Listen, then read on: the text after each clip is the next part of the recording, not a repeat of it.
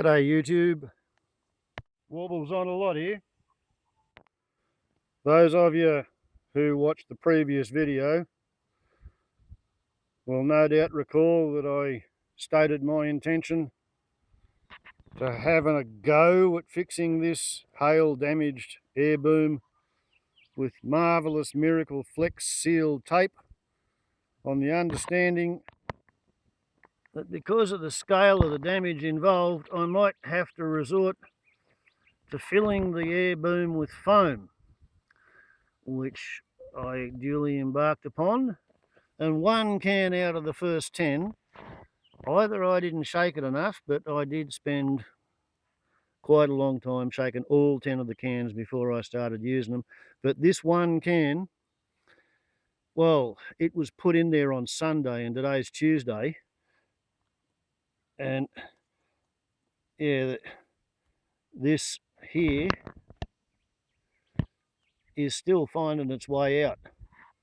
So there was something wrong with the mixture of that one, whether operator induced or went awry at the factory. It's slow to go off. So the box of 10 cans which I had in stock, starting from here, injected at 60 centimetre intervals, working my way around, and yeah, one didn't work, or at least not as fast as I expected it to go off. 10 cans of foam filled the boom pretty much around to here. So yesterday I went to town and 5 cans, actually I tell a lie, 10 cans was to there,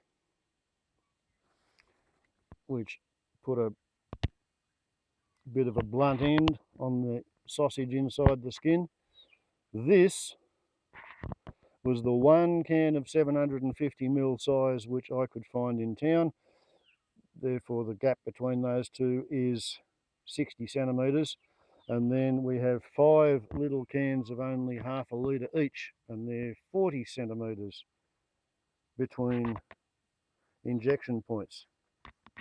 And the method that I have evolved involves pre-marking where you want to inject, pre-cutting a patch out of PVC duct tape, attaching the patch via the top corner with the rest of the patch curled over so that you've got sticky side out, and then drive the point of a penknife into the air boom,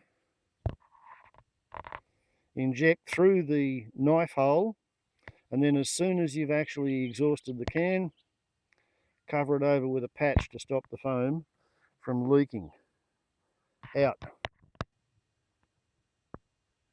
as it has a want to do, like the bit that's coming out of there, as you can see. Look at that, flax lily. Every one of those flowers should grow a little dark blue purple berry, edible, humans for the eating of. And meanwhile, the air boom of the number 2 buoy wall tank, which has for some years, I think maybe 5 years, been filled with foam, and thus, because it was a much older tank than the number 1 tank, there were less volatiles in the plastic remaining, so every time a hailstone hit that, it suffered a puncture. And in my ready use box there was one 30-metre roll of tape, duly laboriously applied.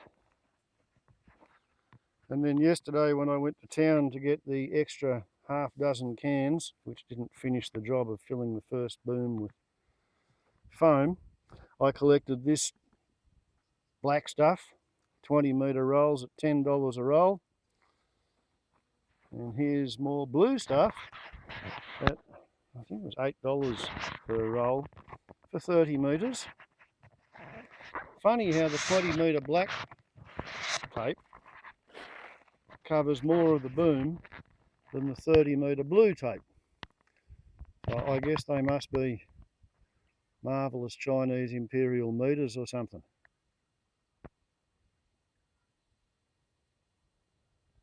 So, the thing with these buoy wall tanks, if you want them to last, is you have to treat them to an ultraviolet cover every year. And when you get these things, they're really soft and super duper flexible, and some bits of them retain some flexibility, other bits of them become really super brittle and they just tear to pieces under hail. After a year, you've really got to replace them. Well, these, as far as I can recall, they went on in 2018, all three covers, during the drought.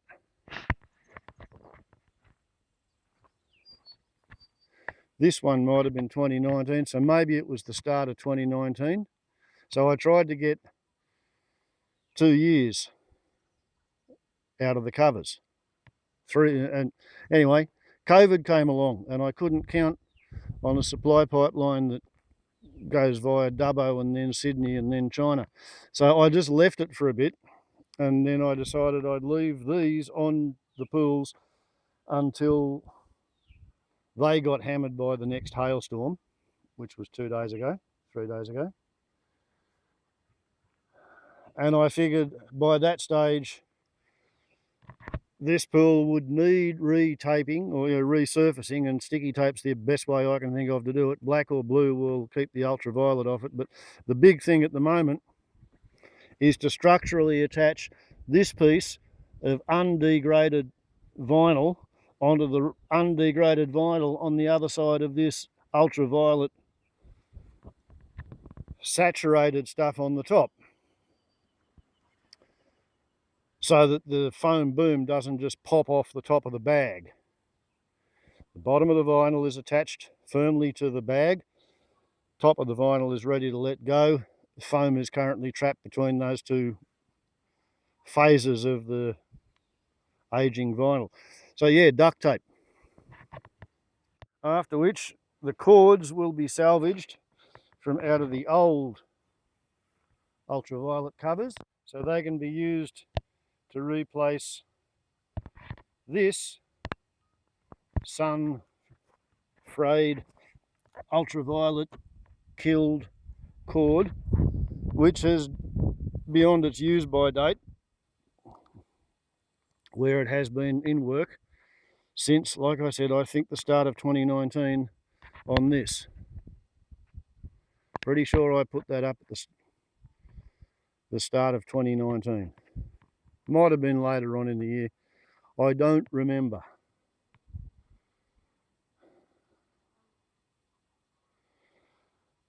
Dig into the forgettery, we'll say it was later on, after the bushfires had begun and I started to water this place.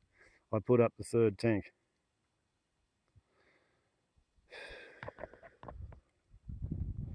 But anyway, this one might be 2015 vintage.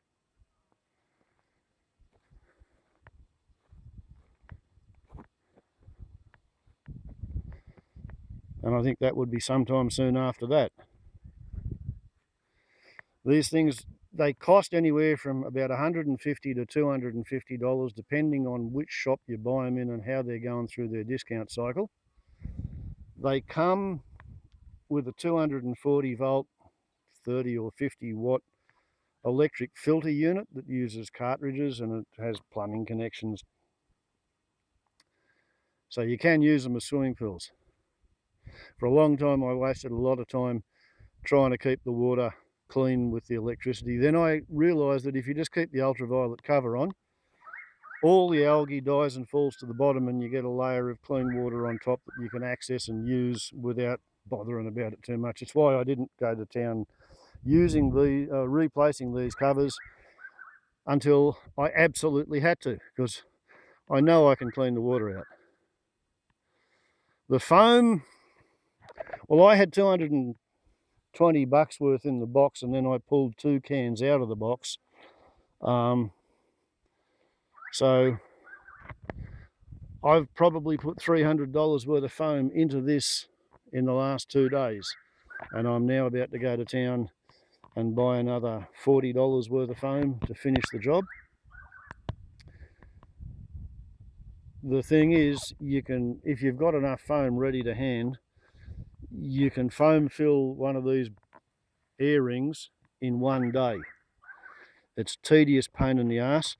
You have to do something to the holes to make it patent so that it'll hold air while you put the foam in. At least I believe that to be the case. Perhaps you can rely on the foam to expand and just self-form the cylinder. I've always given it a helping hand. And then you get to keep the water, and you don't get to spend about an entire day pulling your swimming pool out of its enclosure, off its pad, and another day taking it to the dump, and then another day putting in a new one, and then however long it takes for the rain on the roof to overflow the drinking water cascade and run via gravity back down to refill a new pool or a water tank the same size. And for a water tank the same capacity, the same height, you're looking at about $2,000. So even after 5 years and having filled it with foam and fed it a $39 or no, $29 ultraviolet cover every year, they're still cheaper than buying a proper water tank. And if you haven't got the money to buy a proper water tank, either one of them has to have a level pad to sit on. You might as well get a cheap Chinese swimming pool and use it as a water tank. And if you've got enough brains to pound sand out, pour sand out of a boot with instructions printed on the sole, you wouldn't buy an inflatable one when you know that for about the same money, maybe 20% more, you can get a prism framed one where you're not at the mercy of air leaks, because the same material the bag's made of comes up over the top of the frame. You only need the ultraviolet cover to keep the algae out of the water. You don't need the ultraviolet cover to maintain the structural strength of the air boom. And strangely, for those of you who are worried about inflation in the economy, when I bought this box of 10, sorry, it was a box of 12, I managed to pay $220 for a box of 12. I got a discount on them by buying the whole box. I think it might have been a 10% discount. Belay that.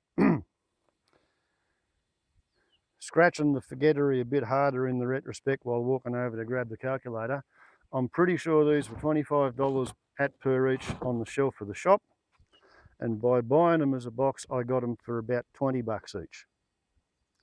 Yesterday when I went into the same shop they were $22, and at a different shop entirely there was the same item and it was $19. So this amazing stuff, 750 mil turns into 19 litres, sorry, no, 500 mil turns into 19 litres, 750 mil turns into 29 litres. That at least is their claim. Made in Belgium. These things were $17.50 for half a litre.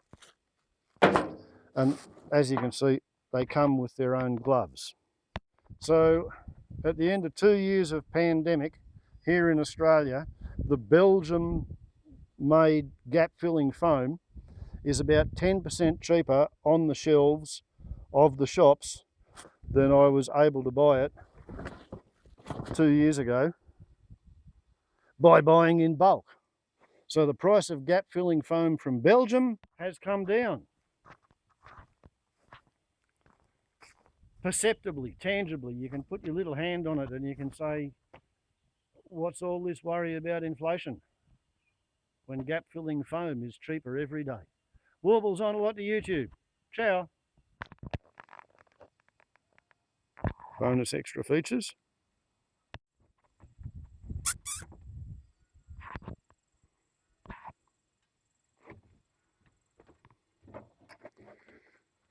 Where would you like to be fed, girl? Hey?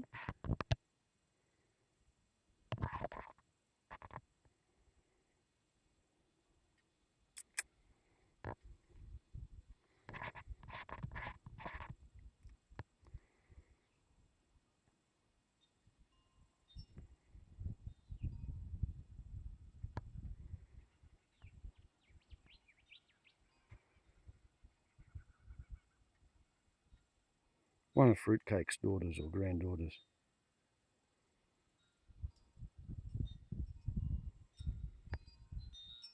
And her little pouchling.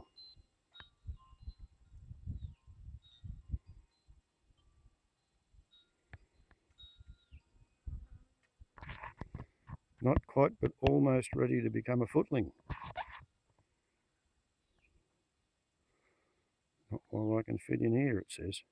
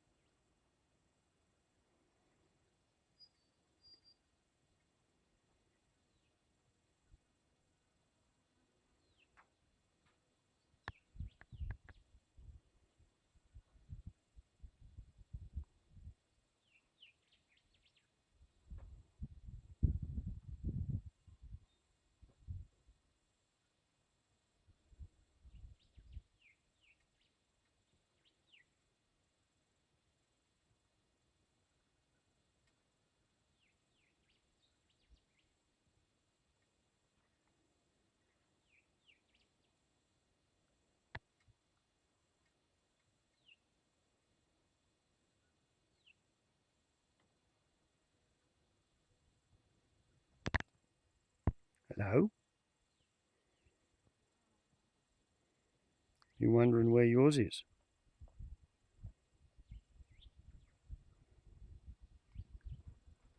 Hmm? Come on.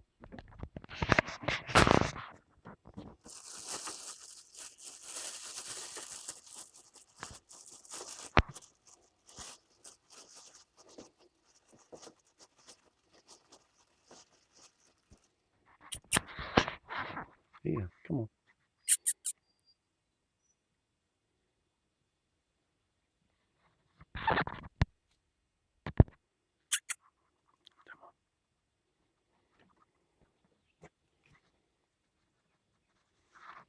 That's good. Yes.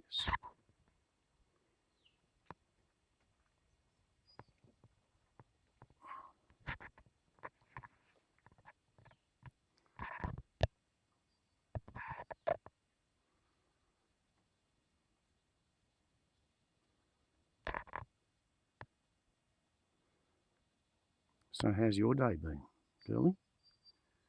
Hey?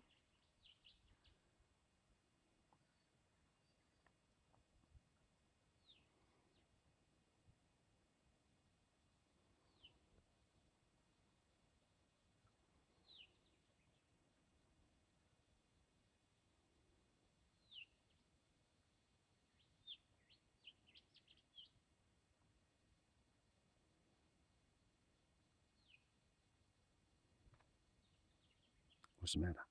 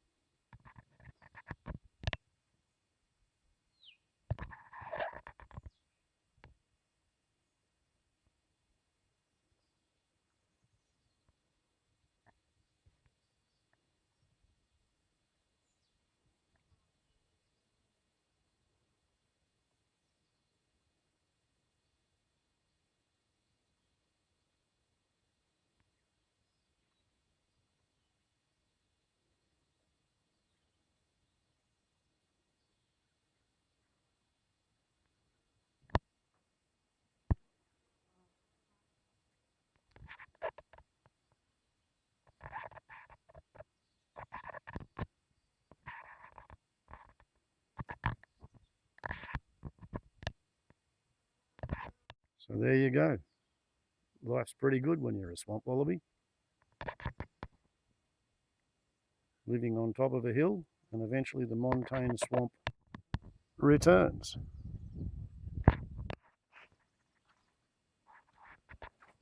Anyway, after that little interlude, I'd better get back and fix this before it gets rained on. Put this where it'll do the most good.